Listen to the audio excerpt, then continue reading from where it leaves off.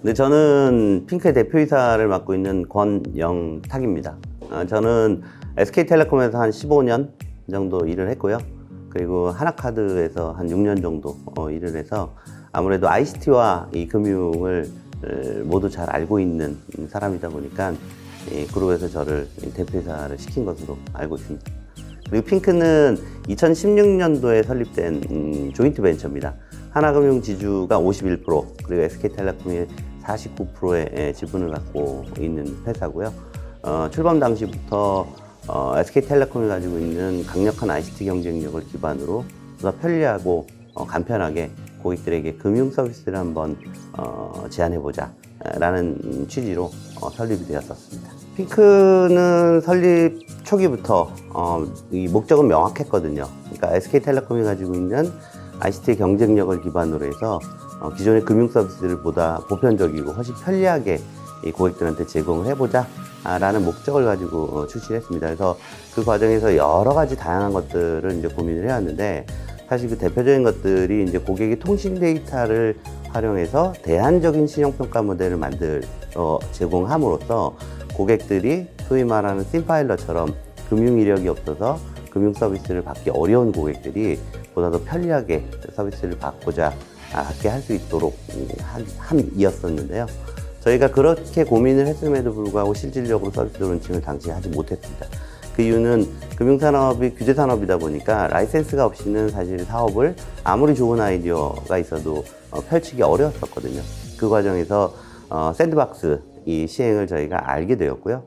금융규제 샌드박스에 저희가 하고자 하는 어떤 서비스의 개요와 목적을 신청하게 되었습니다. 그래서 저희도 내부적으로 많이 노력했지만 금융당국에 계신 분들이 적극적인 지원을 해주시는데 힘이 입어서 작년도 11월 달에 대안적 신용평가 모델인 T스코어, 그리고 T스코어를 기반으로 한 대출 중개 서비스, 원스톱 대출 중개 서비스를 론칭하게 되었고요.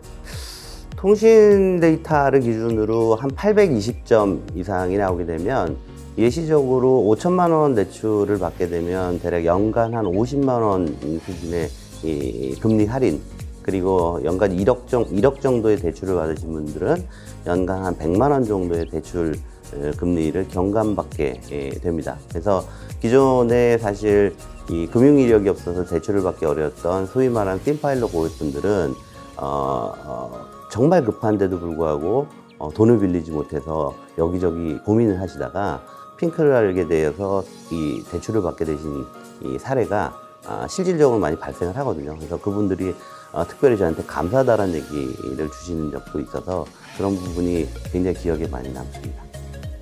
포용적 금융이라는 소위 말하는 이 금융의 사회적 역할에 대한 상당히 많은 기여를 할 수 있고 앞으로 또 할 거다라는 판단을 갖고 있습니다. 한 5개월 남짓한 시간 동안에 한 4만 명 이상의 고객분들이 저희 서비스를 시청을 해주셨고요. 정량적으로 그래서 빠른 시일 내에 상당히 많은 이 고객들이 이 서비스를 신청해 주셨다라는 판단입니다. 그 고객들이 정상적으로 1금융권에 들어가서 대출을 받으실 수 있는 분들이냐라고 한다면 사실 저희 서비스의 차별화는 크게 없을 것으로 보여집니다. 그분들은 사실 대한민국에서 금융 데이터, 소위 말하는 금융 이력이 없어서 금융 서비스를 받지 못하는 이 심파일러 혹은 제로파일러 고객들이거든요. 굉장히 급하게 자금이 필요한데 어디 가서 돈을 빌리지 못하다 보니까 이 전전긍긍하는 상태에서 핑크 서비스를 알게 되고 거기서 굉장히 빠른 시일 내 시간 동안에 손쉽게 대출 서비스를 받았다라는 분이 4만 명이 넘다라는 부분이 저희한테는 굉장히 고무적이라는 판단이고요. 두 번째로는 기존의 전통적인 금융기관이 하고 있던 신용평가 모델과 대출 서비스를 저희가 통신 데이터를 활용해서 기존의 틀을 한번 엎었다, 뒤바꿨다라는 측면에 있어서 상당한 효과가 있다고 생각합니다. 사실 이 혁신금융 서비스 선정받기 전에는 저희가 되게 이 고충이 많았습니다. 왜냐하면 투자자들 입장에선 투자를 하기 위해서 기본적으로 선행되어야 되는 게 그 투자처가 가지고 있는 어떤 이 서비스의 BM, 그리고 그 서비스의 BM의 차별성, 얼마나 연속적으로 안정되게 운영될 수 있는 거냐라는 부분이 굉장히 이제 그 가치 판단의 기준이 될 텐데요. 작년 5월 달에 저희가 이 금융규제 샌드박스를 통해서 T스코어라는 대안신용평가 모델을 만들게 되면서 이 부분들이 결국 투자처들에게는 굉장히 이 신뢰를 주기 시작을 합니다. 아, 이거는 핑크만이 할 수 있는 서비스겠네. 왜? SK텔레콤이 저희 이 모기업 중에 한 군데이기 때문에 텔레콤의 통신 데이터를 가지고 할 수 있다는 측면에서 충분히 차별화가 되겠어 라는 판단들을 아마 하셨을 겁니다. 문제는 그 통신 데이터를 기반으로 과연 어떤 모델을 만들어낼 수 있을 거고, 그게 진짜 기존의 CB사가 제공하는 전통적인 신용평가 모델을 대비해서 경쟁력이 있을 거냐라는 측면에 있어서 검증을 하기 시작을 했다라는 판단입니다.